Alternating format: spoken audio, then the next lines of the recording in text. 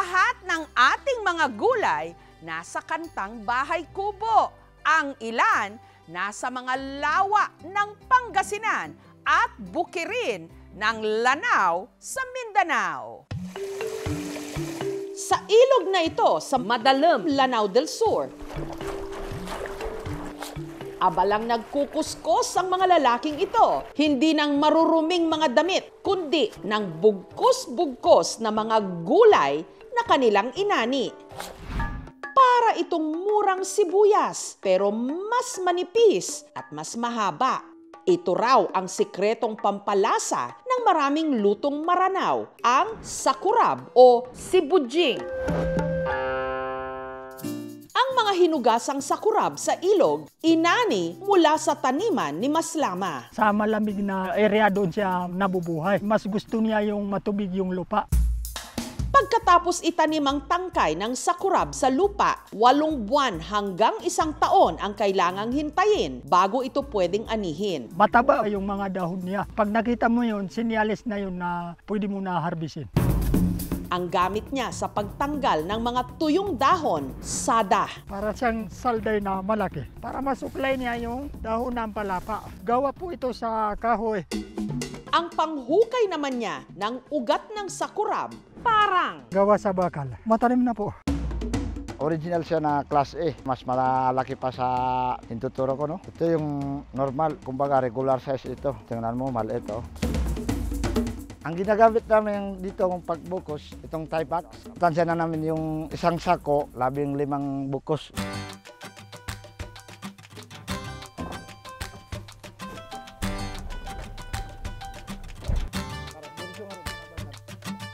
sunod itong dinala sa ilog para labhan, hugasan. Parang naglalaba ka ba? Kinukuskus yung dumi, yung lupa para matanggal. Hindi pwede ito mabasa kasi pag mabasa, madali mabulok. Nangangalay, lalo na senior nata. Pag maputi na, tapos na yun.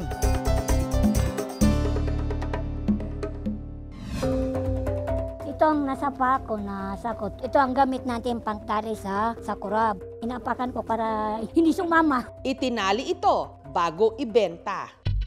Kinabukasan, ibinagsak ito sa pwesto ng suki ni Husam na si Hasanor sa terminal na ito sa Marawi. Pera 20 lagu siya. Iya, 1,505. Final, 1,505. Ang sakurab, masarap daw gawing palapa. Paboritong pampalasa ng mga taga-Lanao. Marangka. Ang misis naman ni Husam na si Modifa, paborito itong ihalo sa ginisang bakas o smoked fish. Magdidikdik tayo ng sakurab. Ang sekreto naming pampasarap ng mga Maranao ay ang sakurab. Kulang po ang ulam namin kung walang sakurab. Masyadong maanghang. Mas sobra po siyang sumasarap. Ang isa pang gulay na tumutubo sa Marawi City, parang maliit na kalabasa. Pero ang laman nito, hindi dilaw kundi puti na parang laman ng talong. At ang lasa, napakapait parang ampalaya.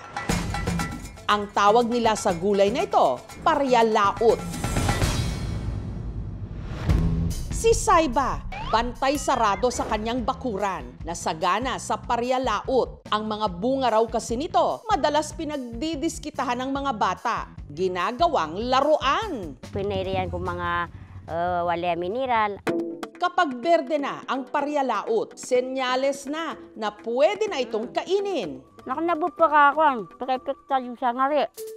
Napakapait man, tinitiis daw nila ang lasa. Paniniwala kasi nila, mainam na pangontra sa diabetes. Nainomip ko bubaya kay gira puasa sa kami sa Maranao na puasa. Napaknami ito, napakatabang ko kawaw. So kawawa. Yung pariyak, meron siya mga secondary metabolites, alkaloids, yung mga phenolics, flavonoids na pwedeng makatulong sa mga may diabetes. Ang mga napitas niyang paryalaot, kanyang inirepack. Pamasakan rin naman, tira ka. At ibinenta sa bagsakan ng mga gulay sa Marawi. 40 pesos kada kilo.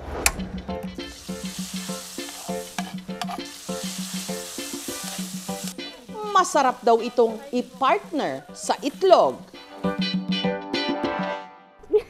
Mapait sobra. Parang ampalaya.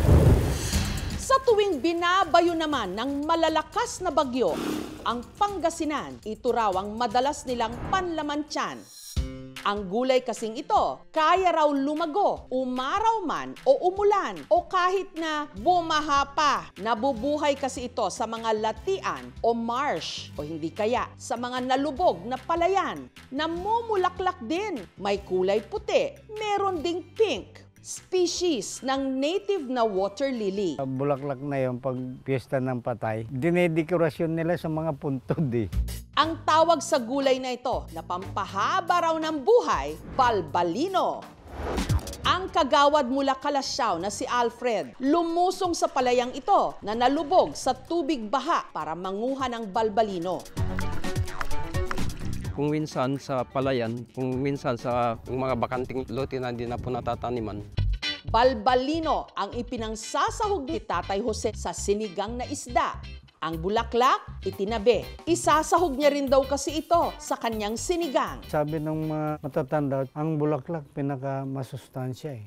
Ang mga tangkay, isa-isang binalatan. Itong balat nito kasi matigas eh. Ito malambot na. Pag yung natanggal yung outer na balat niya, malambot na siya. Oh. Hinati-hati na lang yung itong hito para hindi masyadong mahaba.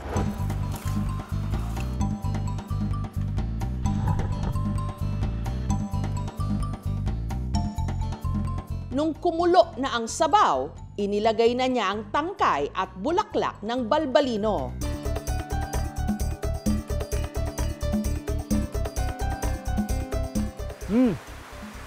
Sarap!